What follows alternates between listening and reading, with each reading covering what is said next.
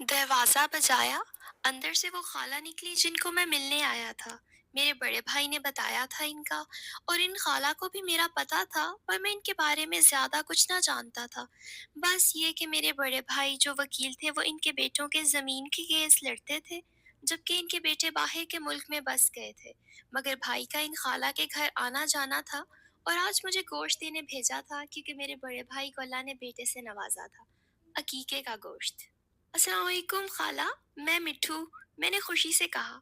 मिट्ठू? कौन मिट्ठू? खाला परेशान होकर बोली। वो अदील भाई जिनके यहाँ बेटा हुआ है। मैंने जल्दी से बताने की कोशिश की, उनको याद ना आया। फिर मैंने बताया कि आपके बेटे का वकील जो, अभी पूरा भी नहीं बताया था कि उनको याद आ गया और दरवाजे के आगे से हट गई, जो कुछ देर पहले पकड़ कर खड़ी थी। आओ आओ, बाहर क्यों खड़े हो? मैं भूल गई थी। असल में हालात ही कुछ ऐसे हैं। उन्होंने अपनी सफाई में कुछ अल्फाज कहे और मैं सुनते हुए अंदर की तरफ चल दिया। साथ ही बात काटते हुए बोली, बाईं तरफ ड्राइंग रूम है, वहां चलो। मैं गोश्त रख कर आई। वो तो किचन की जानिब चल दी और मैं ड्राइंग रूम की तरफ। अभी दरवाजे को हाथ ना लगाया था कि दरवाजा खुद ही खुल गया।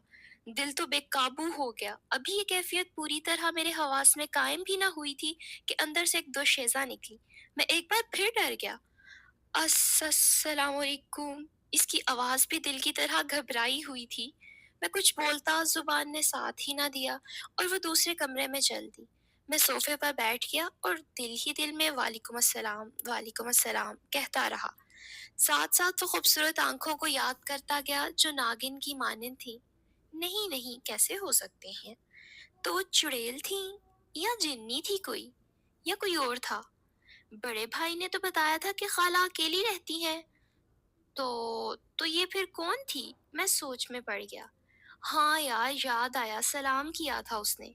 मुझे अचानक से याद आया, तो ये जो भी है, जिन्नी या चुड़ैल, मुसलमान है। शुक्र है इनके यहाँ मुसलमान चुड़ैल रहती है। वैसे आंखें थी कि हीरे जो अंधेरे में भी इतना चमक रहे थे, मगर घूम भी रहे थे, घबराए हुए भी थे।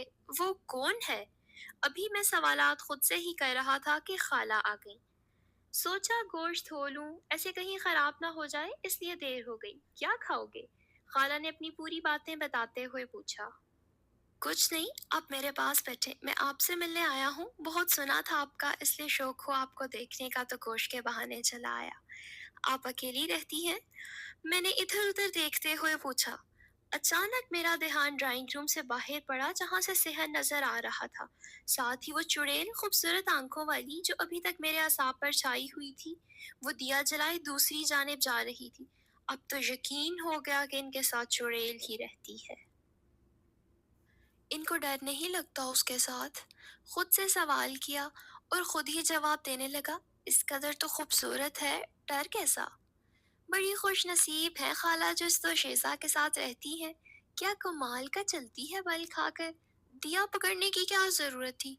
जो आंखें हैं वो दिए से कहीं ज्यादा रोशन है।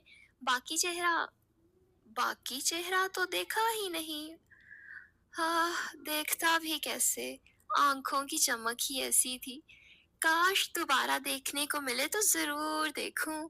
अपने ही ख्यालों में गुम था और खाला न जाने क्या क्या बता रही थी, मैं सुन ही ना पाया। एकदम लाइट चली गई। मैं अपने ख्यालों की दुनिया से वापस आया जब खाला ऊंचे से बोली, शोनी इमरजेंसी लाइट ला दो बेटा। खाला के अल्फाज सुनने थे कि होश ही उड़ गए। शोनी, ये कौन है? मैंने जल्दी से पूछा। वो बोली, बोले हो? गुस्से से खाला ने पंजाबी में जवाब दिया। बता तो रही थी मेरी नवासी है जो आजकल मेरे पास होती है।